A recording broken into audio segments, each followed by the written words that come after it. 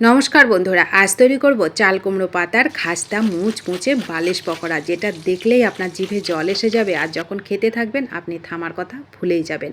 এত মজার আর এত সুস্বাদু, আর শেয়ার তো করতে ইচ্ছা করবে না, এত মজার লাগে। তো এগুলো তৈরি করতে লাগবে চাল কুমড়ো পাতা। দেখুন আমার পাশে কত সুন্দর চাল কুমড়ো গাছ হয়ে আছে।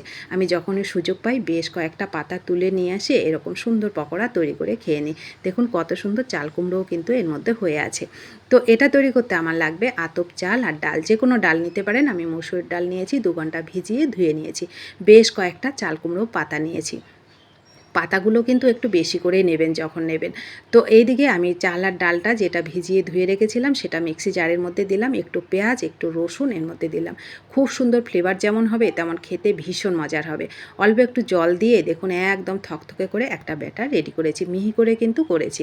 হালকা দানা থাকলেও কোনো অসুবিধা নেই, বেশ মানে খাস্তাই হবে, খেতে বেশ ভালো লাগবে।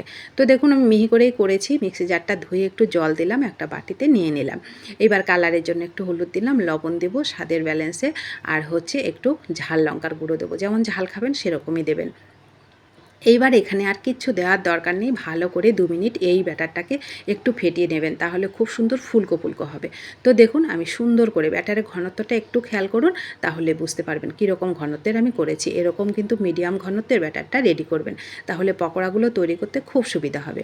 তো হয়ে গেল, আমি এটাকে সাইডে রেখে দিলাম। এদিকে যে পাতাগুলো নিয়েছিলাম সেটা দুপাশের শিরে দেখুন এরকম আঁশ থাকে কিন্তু। তো ওটাকে ভালো করে আমি তুলে নেব, তুলে সুন্দর করে বেছে নেব। এগুলো আমি আগের থেকেই ধুয়ে নিয়েছি। তো দেখুন সুন্দর করে দুই পাশে কিন্তু আঁশ আমি তুলে নিলাম। এইবার পাতাগুলোকে আমি সাইডে সরিয়ে এর মধ্যে একটা পুর দেবো, সেই পুরটাকে রেডি করছি। তো দেখুন কিছু পেঁয়াজ, মানে যেটা আমাদের হাতের কাছে সবসময় থাকে কিন্তু, পেঁয়াজ, রসুন আর কাঁচা লঙ্কা থেতো করে নিলাম এর মধ্যে।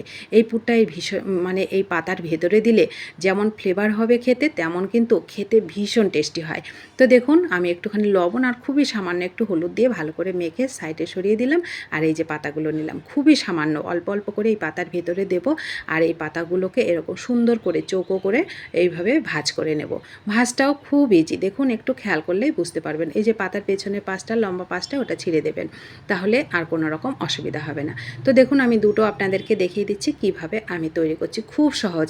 আর আপনারা এখানে যে আমি পেঁয়াজ রসুনের পুরটা দিলাম, সেই বদলে কিন্তু যদি চিংড়ি মাছের পুর দিতে পারেন তাহলে তো আর কোনো কথাই হবে না।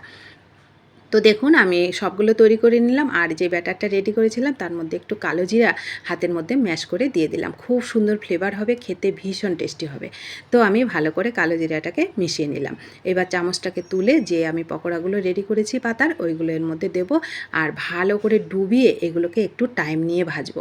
এদিকে তেলটা দেখুন মিডিয়াম হিটে আমি গরম করে নিয়েছি। আর ভালো করে ব্যাটারের মধ্যে কিন্তু অবশ্যই খেয়াল করে এই পুরটাকে ভালো করে ডুবিয়ে নেবেন, তাহলে পকোড়াগুলো খুব সুন্দর ফুলকো ফুলকো হবে। আর একটু সময় নিয়ে মিডিয়াম হিটে এগুলোকে ভাজতে হবে।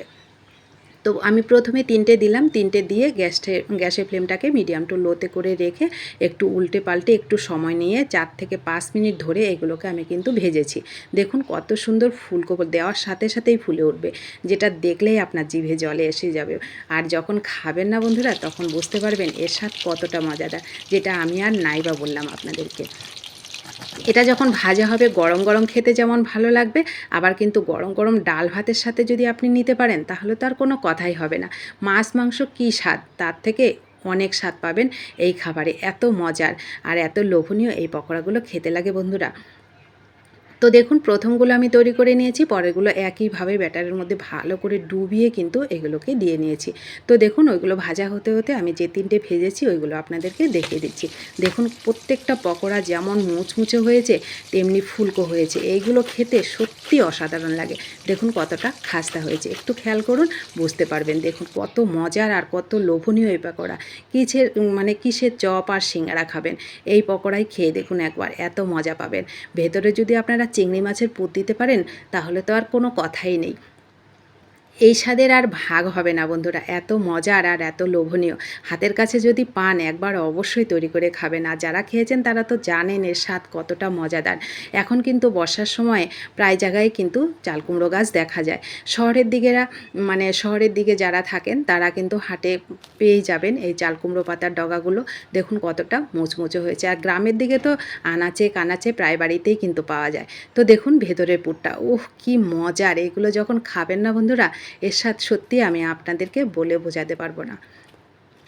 এত মজার আর এত লোভনীয় এই পকোড়াগুলো খেতে লাগে। তো কেমন লাগলো আপনাদের কাছে এই লোভনীয় পকোড়ার রেসিপিটা অবশ্যই কমেন্ট করে জানাবেন। ভালো লাগলে বাড়িতে তৈরি করে খাবেন আর আপনাদের প্রিয়জনদের কাছে শেয়ার করতে কিন্তু ভুলবেন না। আর নতুন বন্ধু হলে ভিডিওটিতে প্লিজ একটা লাইক করবেন, চ্যানেলটা সাবস্ক্রাইব করে প্লিজ আমার পাশে থাকবেন। যারা পাশে আছেন তাদেরকে আমার অসংখ্য অসংখ্য ধন্যবাদ ও ভালোবাসা। সকলে ভালো থাকুন, সুস্থ থাকুন এবং আনন্দে থাকুন। ধন্যবাদ।